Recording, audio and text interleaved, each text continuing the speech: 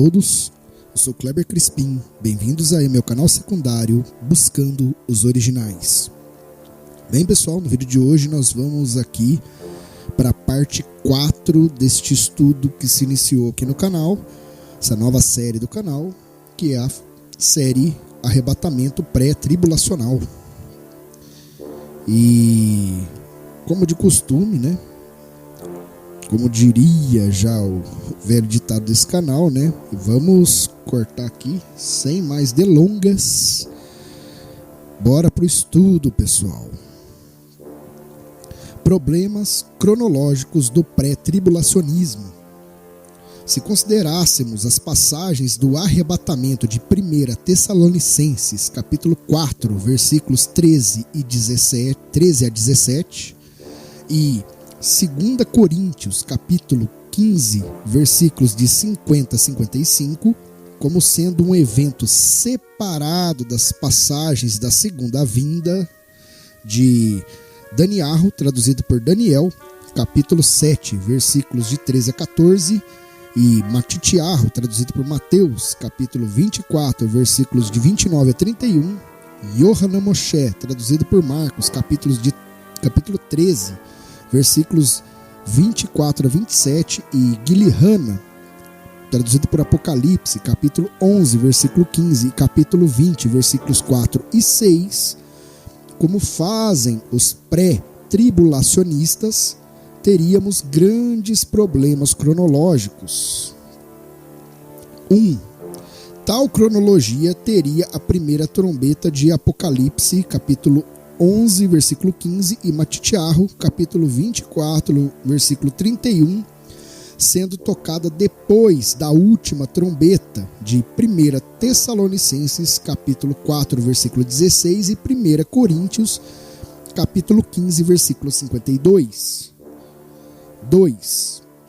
Tal cronologia também significaria que a ressurreição geral dos justos em 1 Tessalonicenses, capítulo 4, versículo 16, e 1 Coríntios, capítulo 15, versículo 52, aconteceria antes da primeira ressurreição de Apocalipse, capítulo 20, versículo 4 a 6.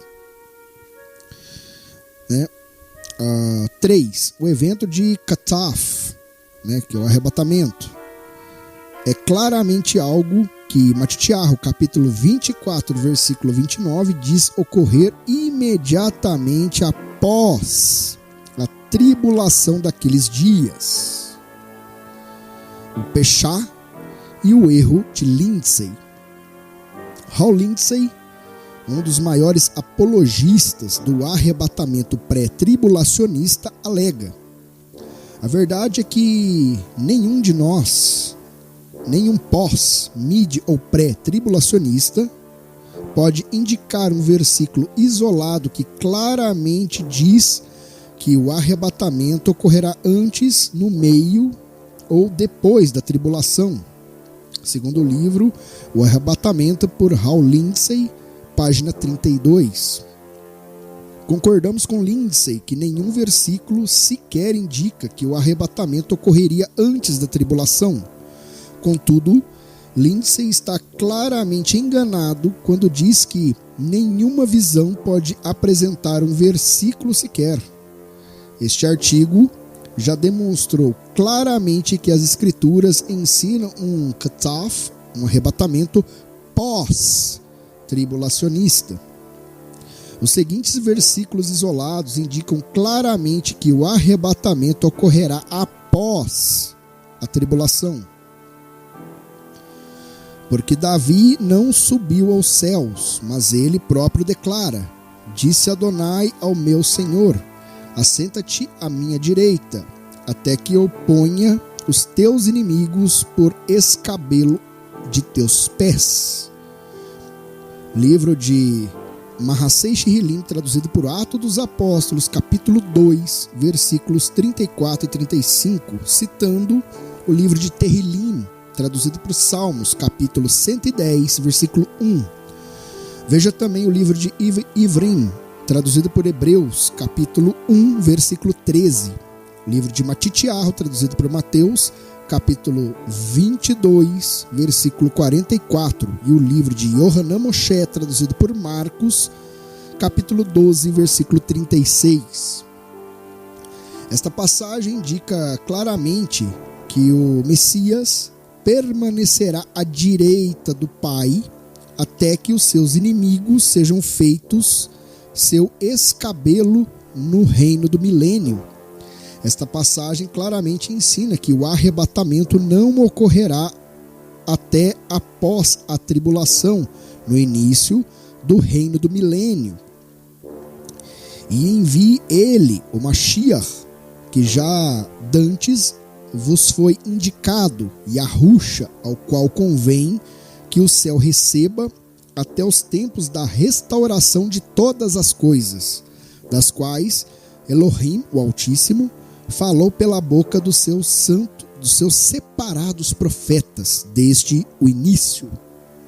Segundo o livro de Mahassei Shihilim, traduzido por Atos dos Apóstolos, capítulo 3, versículos 20 e 21.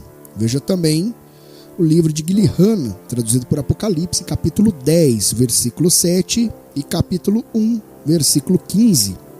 Esta passagem também ensina que o Messias ficará no céu até a vinda do reino.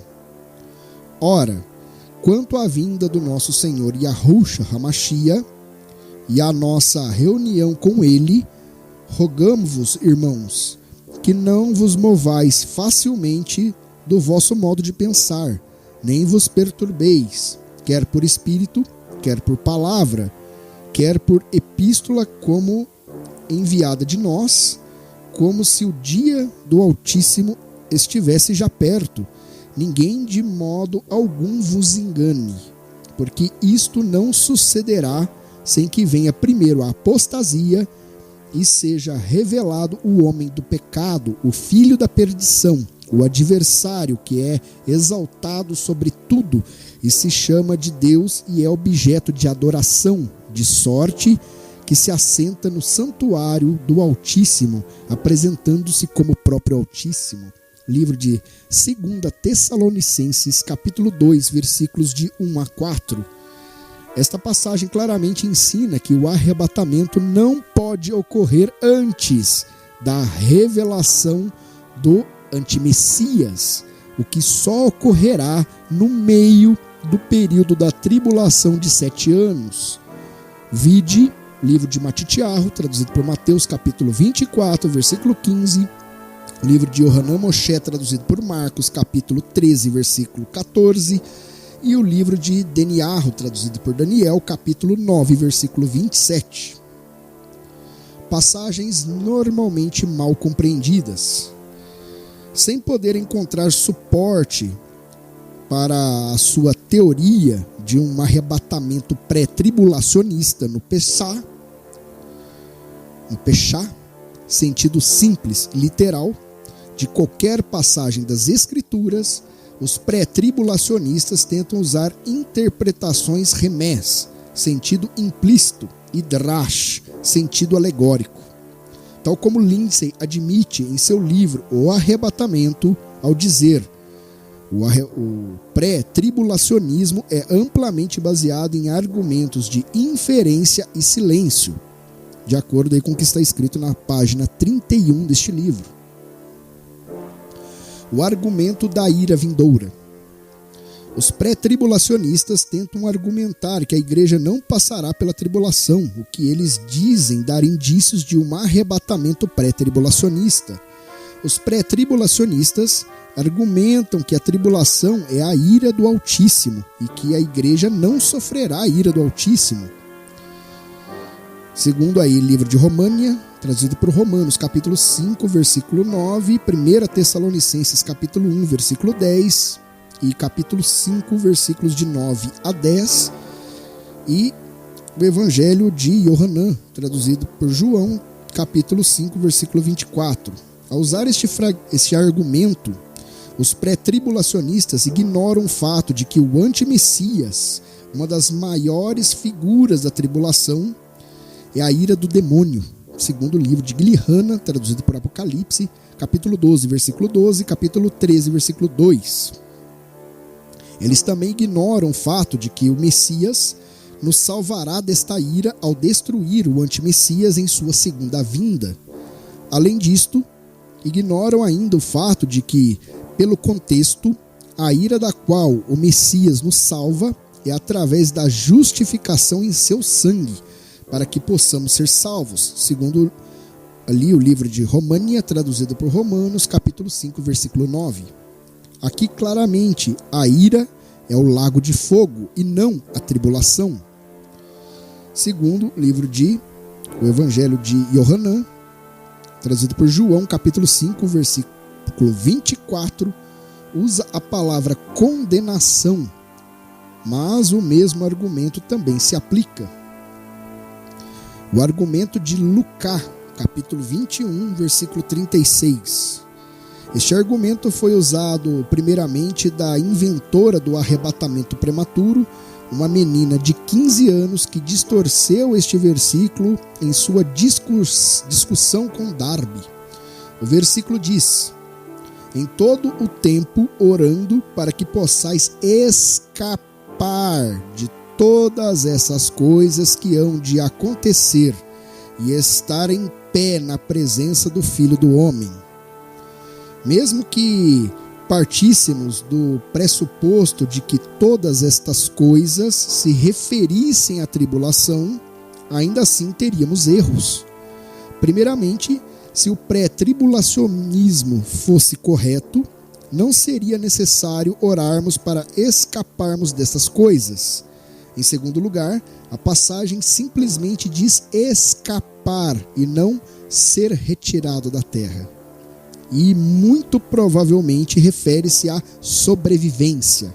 Porém, na realidade, escapar de todas estas coisas é simplesmente escapar dos pecados que poderiam fazer alguém estar em apostasia na ocasião da segunda vinda. Vide como Lucas, capítulo 21, versículos de 34 a 36, fala claramente disto e não da tribulação.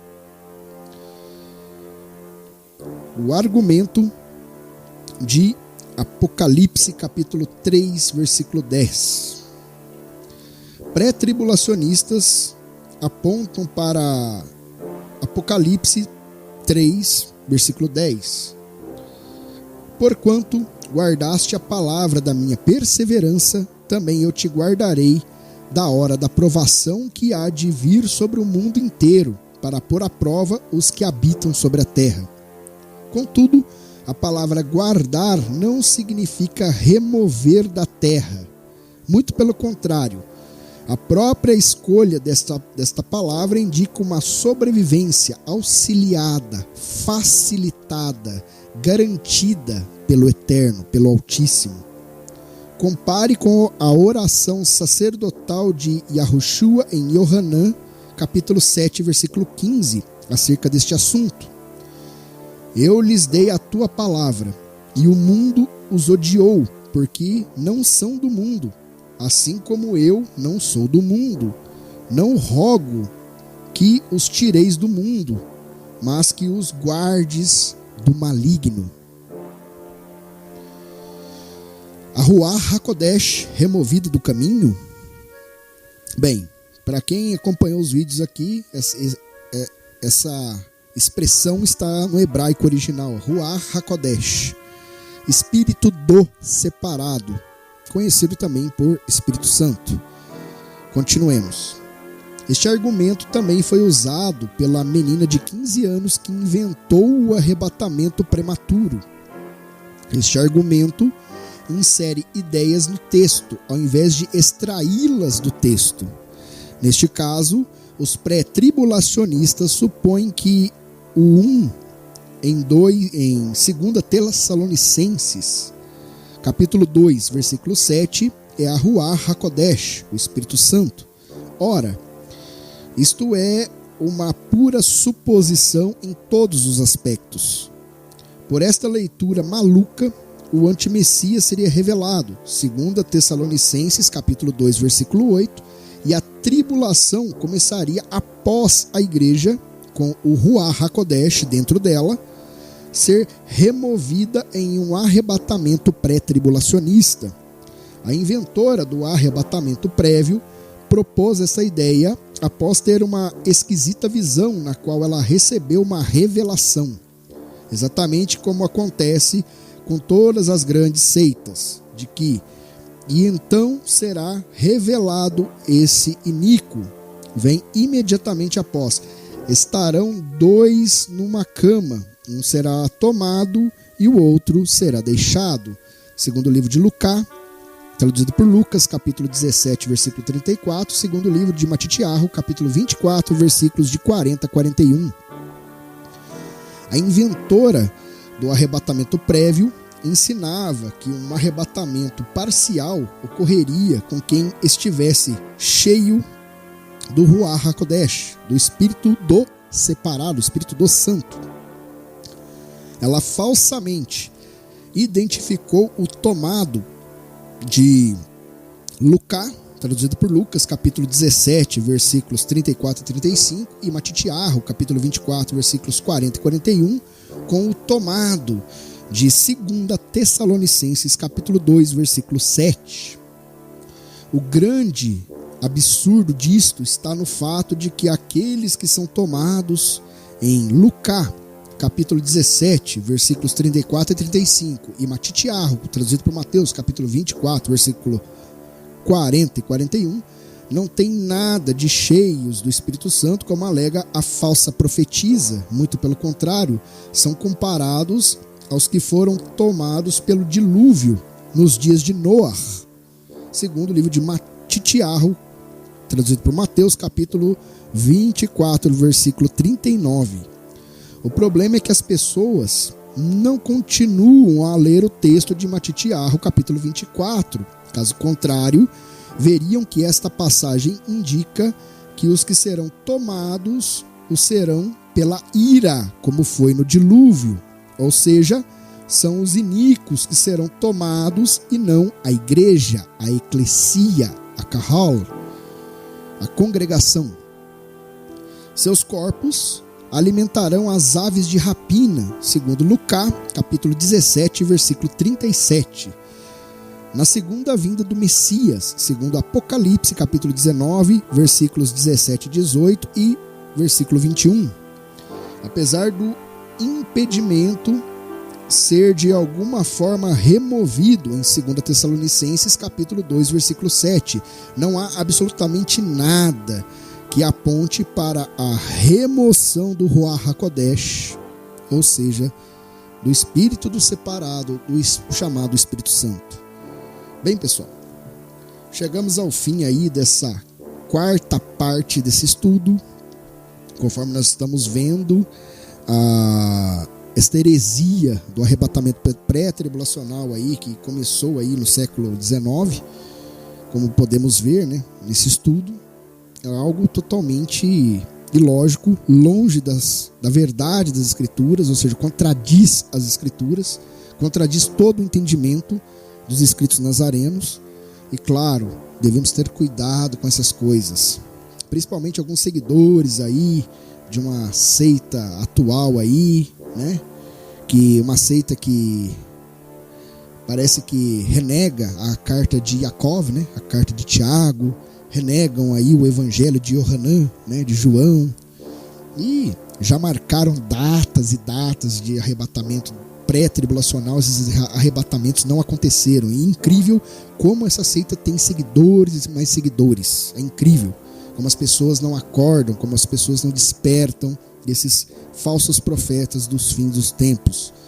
Tudo que eu faço aqui no canal é defender o que está escrito, é trazer para vocês estudos com base totalmente bíblica, com bases sólidas, para mostrar para vocês que nem tudo o que vem do sistema religioso reluz, nem tudo é ouro, pessoal. Muita coisa é engano, é heresia, são coisas totalmente antibíblicas. E é justamente para fazer com que vocês despertem sobre essas coisas que eu trago esses tipos de estudo no canal, ok, pessoal? Então, vai ficando por aqui essa parte 4, creio que a próxima parte, que será a parte 5, será a parte final desse estudo.